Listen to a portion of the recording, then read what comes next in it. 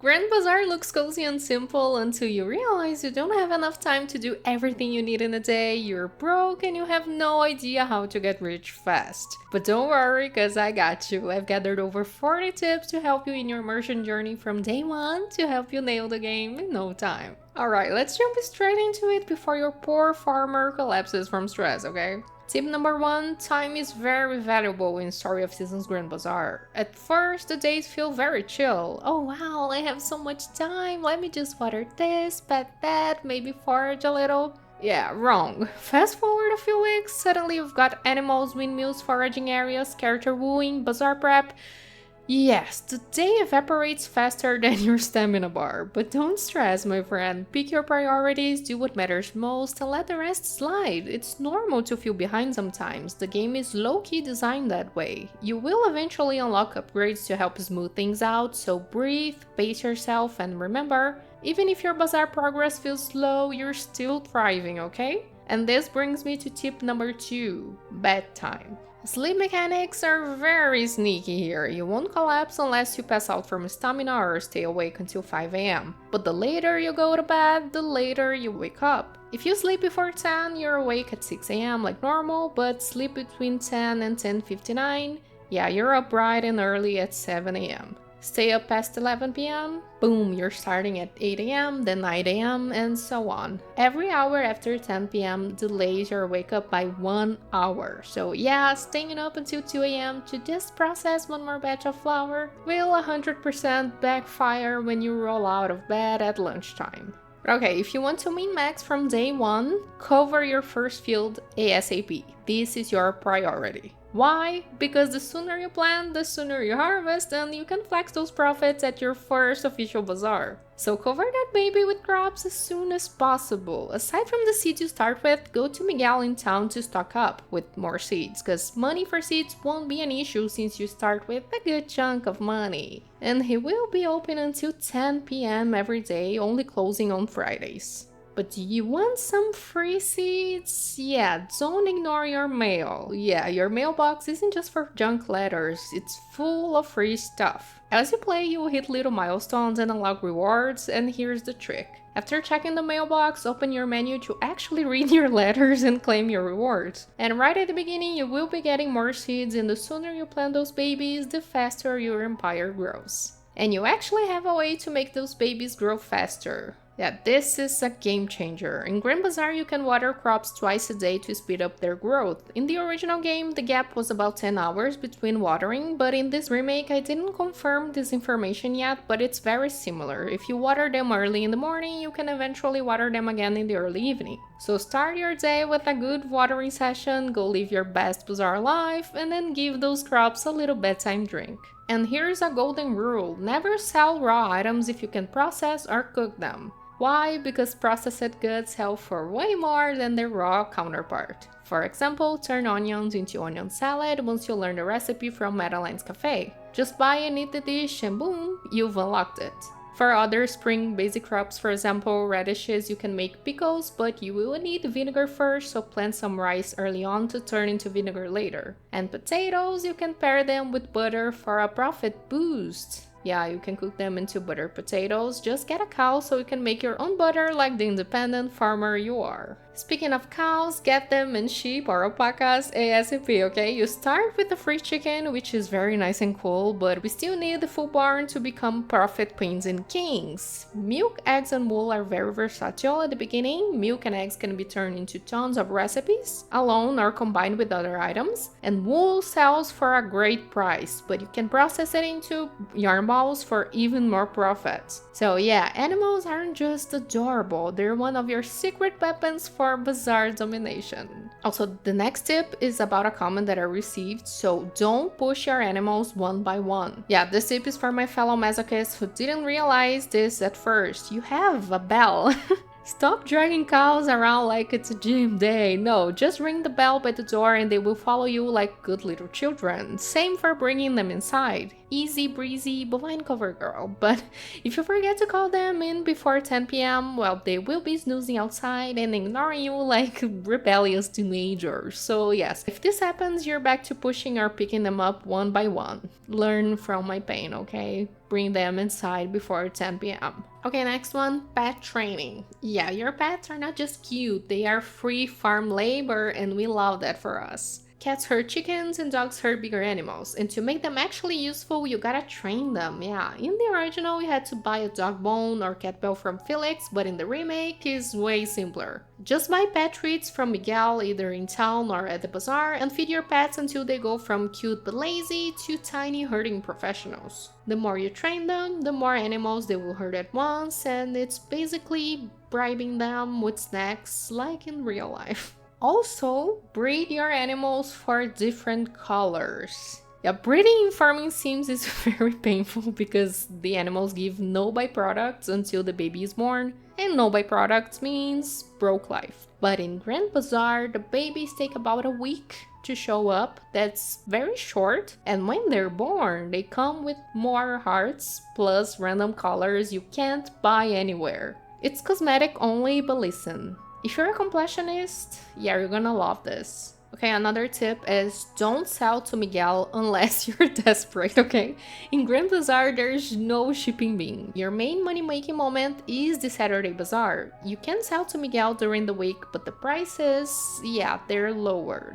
He buys your items for less money. My advice? Hoard everything for Saturday unless you really need the cash for seeds or for some dishes. So if you're desperate, sell Miguel some bugs or fish to scrape by, but don't sell valuable goods, okay? You will regret it when the bazaar day comes. And next one is keep those windmills spinning. Windmills are going to be your best friend. You unlock the first one in week 1, and you should never let it sit idle if possible. Even if you don't have any fancy ingredient yet, throw in stuff like fertilizer, stone or wood to start stockpiling, cause later you will thank yourself because you're gonna need a lot of these babies, and I mean a lot. So even if you don't have anything really meaningful to do, just let it producing whatever you can. And double or triple processing for max profit. Okay, listen up. Some items in Grand Bazaar are like gold mines if you process them more than once. Example, eggs. First, throw them into the red windmill on your farm to make mayonnaise. Then take that mayo to the blue windmill and turn it into herb mayo. That sells for even more than the regular mayo, and way more than a raw egg. Another example is the honey. After unlocking the beekeeping field, you can harvest honeycombs, then make them into honey, and then make them into honey juice. There are tons of combos like this, so always check if you can process something twice or even cook it after to stack that profit. And since a while ago we were talking about making fertilizer, okay, to use or to hoard it at the beginning, you've got two main options here. You can save it for later, for when you unlock the second windmill and can start grinding high-level seeds, or you can use it early for slightly better crop prices, or to just save those crops so when you unlock the second windmill, you already have the crops ready for processing into high-level seeds. But honestly, do whatever fits your playstyle better. Just don't worry about running out of materials, like weeds, wood, and stones are everywhere. You can farm plenty every day, so don't stress about it. Why? Because foraging respawns at 5 p.m. every day. And this is huge, and I mean everything respawns. Rocks, branches, weeds, herbs, flowers, mine rocks, they all respawn at 5 p.m. So make a second foraging run in the evening and double your resources daily. Seriously, this trick is a lifesaver when you're hoarding like a pro or are in need of some materials ASAP. And you're gonna be needing a lot of them. Just keep an eye on your stamina, okay? Cause you will burn through stamina very fast, but here's how to keep going. You can take a bath cause it refills a ton of stamina, but it eats up 30 minutes of your day.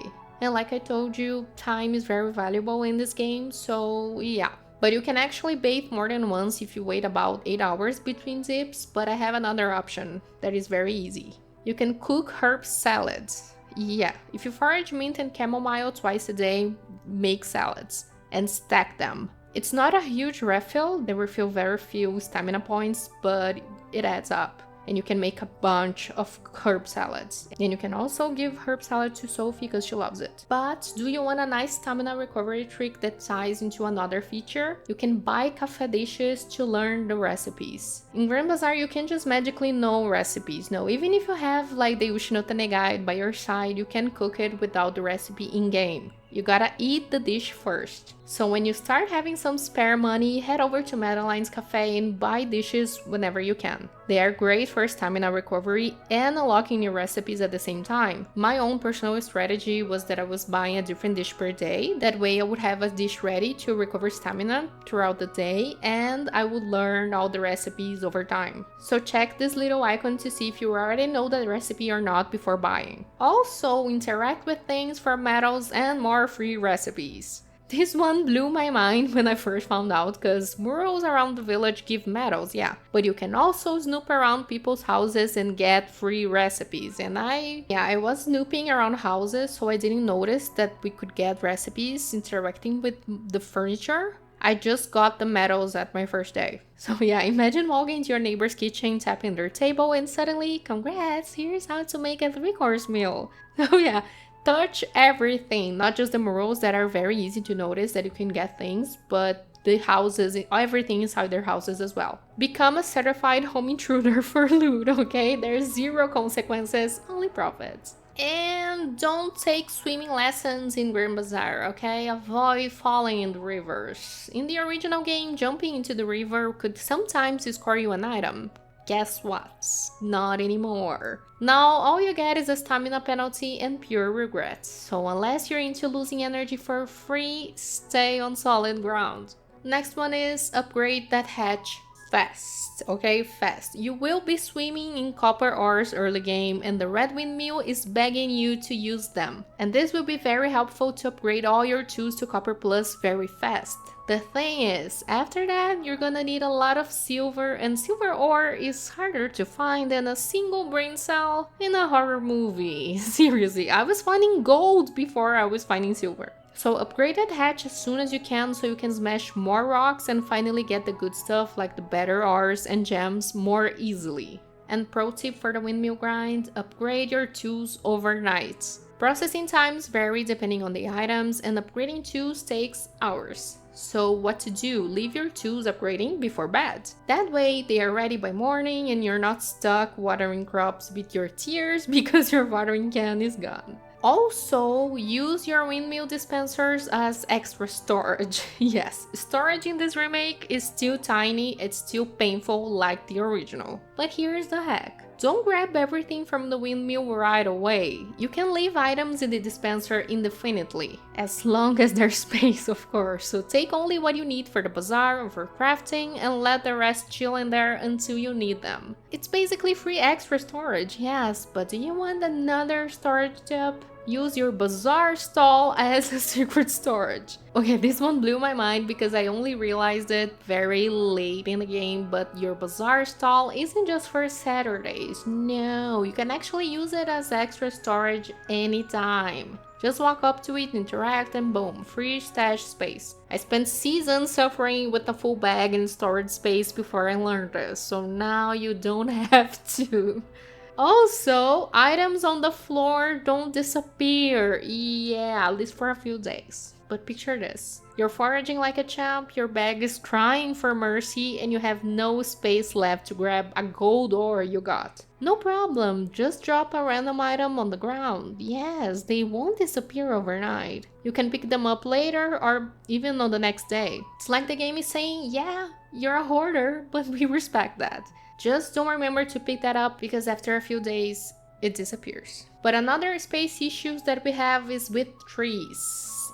Yes, trees are space hogs. They take up a 3x3 area in our fields, which is a lot when our fields are so tiny. But here's the pro move. After their season ends, use your hatchet on the tree. Don't worry, you won't destroy it. You will actually uproot it and it will be in your bag. So just throw it in the storage. Yeah, they don't spoil and you can plant them again when their season rolls back around. It's like seasonal Airbnb for trees, basically, and at least in your storage, they only take one slot, different from the fields, alright? And even with all these hacks, storage still will be a pain for you like daily, so upgrade your storage ASAP. I mean it, make upgrading it at the Weaver stall a top priority. More space means you can hoard all the goods like the greedy little capitalist goblin you are and keep quality from dropping as fast. Your bag will thank you a lot. Also, wait to claim your mail rewards, at least some of them, only on bazaar days. Cause yeah, your storage is crying, mine is crying, everyone's storage is crying. So here's the move, don't go claiming every single gift from your mailbox the second it arrives. You can leave stuff chilling there until the bazaar comes and then just claim and immediately eat it into your stall. But ores, animal feed, and useful stuff, yeah, you can grab those when you need them, but metals, duplicate recipes, or random perfumes, you can let them marinating in your mailbox until Saturday. Again, your storage will literally send you a thank you card, okay? But one thing that you should be stacking are ores. Yes, stack those ores like a dragon. Do not sell ores. I repeat, do not sell ores.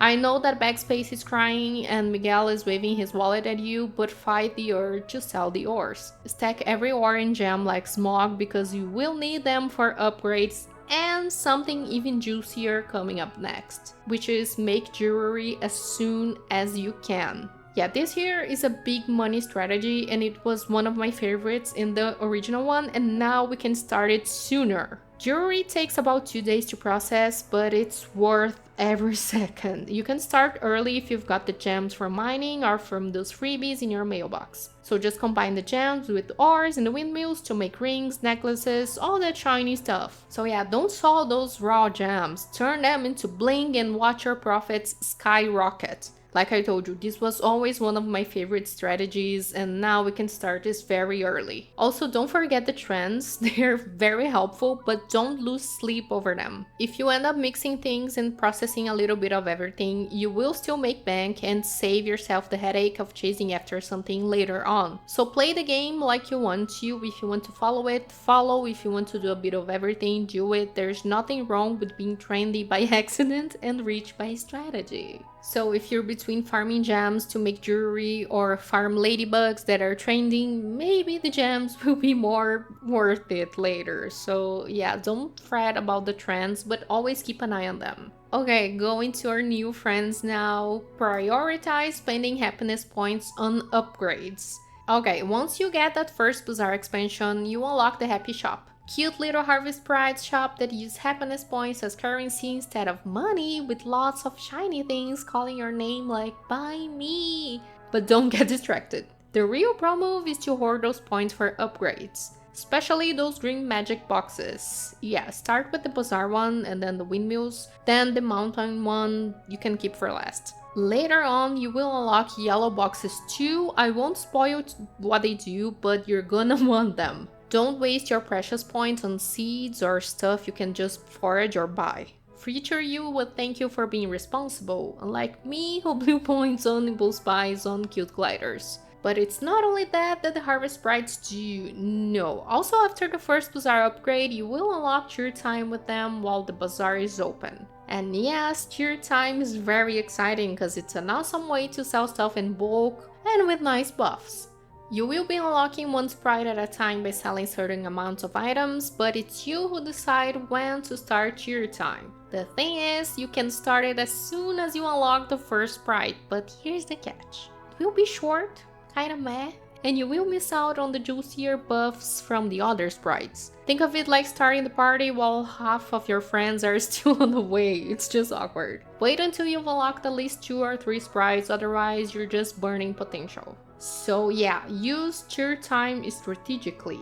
At the beginning of the game, wait until your bazaar shift is ending to start cheer time. You get 2 shifts at the bazaar, from 10 AM to 2 PM and from 3 PM to 7 PM. So use cheer time at the end of each shift, because time literally freezes while it's happening, so you can rapid fire sell the rest of your items before the shift ends. And since we're talking about the bazaar, let's talk about Felix's stall. Yes. Felix isn't just the mayor, he's also a merchant at the bazaar and a marriage candidate you wish was real.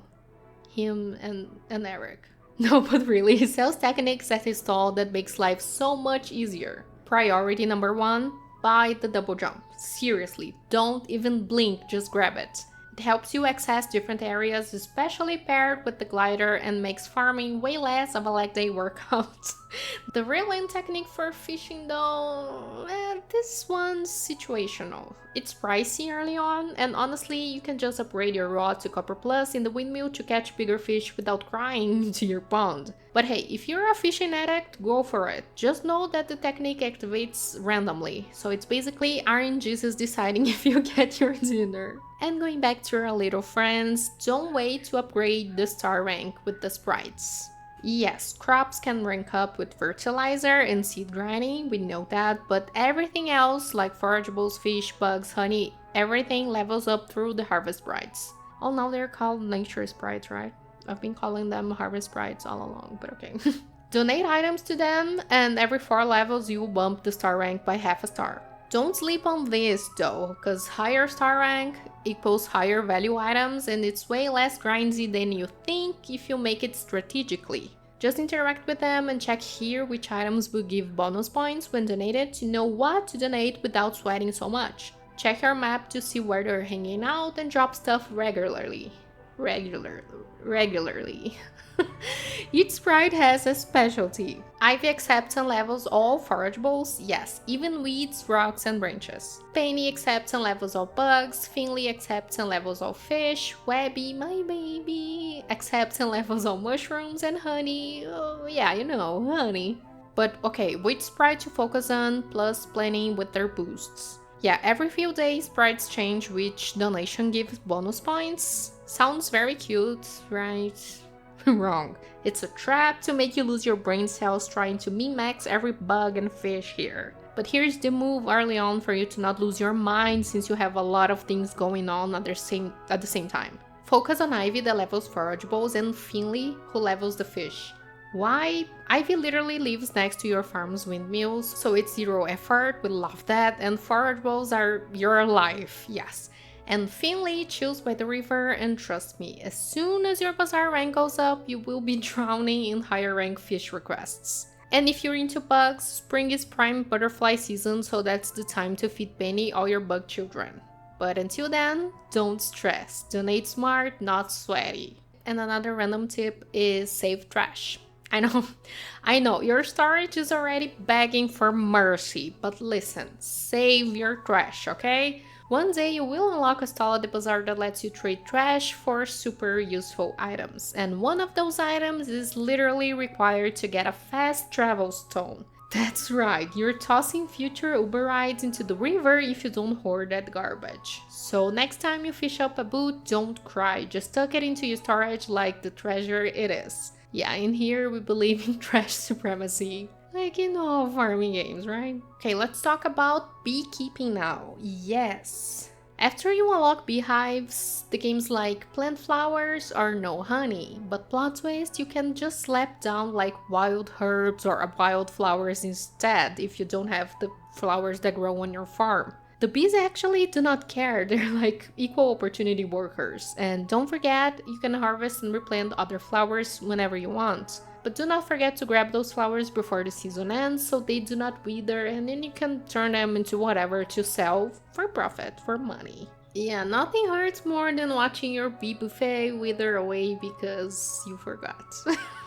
Another tip I can give you is to raise friendship with Kagetsu. Yes, my queen! Kagetsu went from mysterious background NPC that just exists to actual game changer. Even if you don't plan on marrying her, you coward, raise her friendship anyway. Why? Because she unlocks the Spirit's Blessing, which is a 30 hours random buff. And after that one ends, you can ask for another one, and then for another one, and then for another one. Yes, every time one ends, you can ask for another. There's no limit here. And once this is unlocked, she will start wandering near town at night, and as long as it's not raining, so you don't have to trek into the mountains every time just for the blessing. Honestly, I love now that she finally matters beyond ethereal shrine maiden who vibes all alone. So yeah, I live for justice for Kagetsu. I love her. But don't sleep on the rest of the villagers either. Yes, each one has unique requests tied to their heart levels, and some rewards are very useful. At the start, friendship is super easy to grind, like festivals give you friendship points. Actually, winning contests gives you friendship points. Or just throwing wildflowers at everyone is already helpful. Wildflowers are not the best gift for some of them, but it's an okay gift for all of them. And okay gifts also give points, so it's like handing out friendship coupons. It's cheap, it's easy, and it gets those first few hearts up without sacrificing your precious produce. But okay, if you're trying to really speedrun friendship with your 2D crush, don't stress. I have some gift suggestions that are hilariously easy. Ivan, just throw mint or chamomile at him, it's his loved gift and he's basically writing poetry about you in no time. Kagetsu, mint and walnuts does the trick. Arata, he likes grilled fish and eggs, but warm milk? Yeah, instant bestie, it's an easy loved gift. Freya also likes warm milk. Sophie loves herb salad, which is very easy to do. And Samir loves cooked rice that you can cook or buy for very cheap at the cafe. Maple's into wildflowers, and Lloyd likes locusts that roam all year long. Yeah, the bar is very low for him, right? Poor guy. Derek loves elephant and rhino beetles that you get during the evenings on summer. And Antoinette likes frogs and magic blue flowers, because of course she does. Yeah, just pick your favorite and start casually spamming them with gifts until they marry you. Classic. These are just the easiest gifts ever.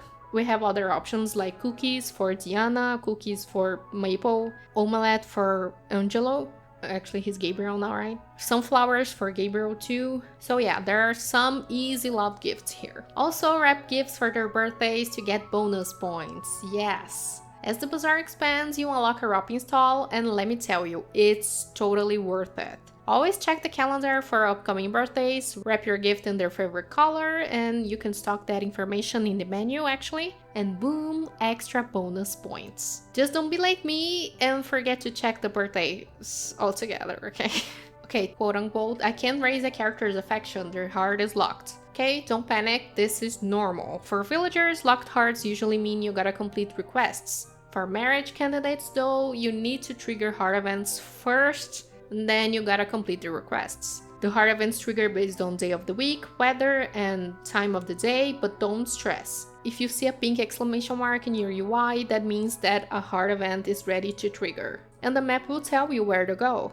If you missed it, there's no big deal, it will come back when the requirements are met again, and if in the menu is said that they need something in blue, this means that a request is coming up. And if you have an orange exclamation mark in your map, this means that you have a friendship event between characters ready to trigger. Yeah, you heard it right, that's drama between villagers, it's very cute, messy, I love it.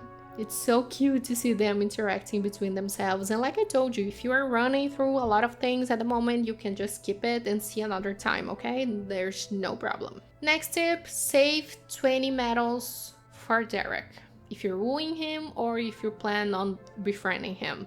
That's it, that's the tip. Save the medals, feature you will thank me later, and Derek will thank you. Okay, confession time. I kept postponing these tips because I thought I didn't have any valuable tip to share. But when I started writing, bam, 44 tips and I still feel like I missed something. I know some of them are very obvious, but it might be helpful to someone, so yeah, I hope that helps. Hopefully they help you make the most out of your Grand Bazaar life. And if you've got extra tips, please share them in the comments, please, because around here our motto is, we share, we don't gatekeep. And on our Rune Factory, guys, we were full of nice and valuable tips on the comments, and I love that for us. Maybe I can even make a video just from tips that we get in the comments, because they are so nice and so valuable. Yeah, I love that our community is growing to be so loving and helpful. I already love you guys, okay? I love you. And as always, go forth, stay hydrated, and remember, life is short, so don't waste it selling raw eggs when you could be a mayonnaise tycoon. See you in the next harvest. Bye bye!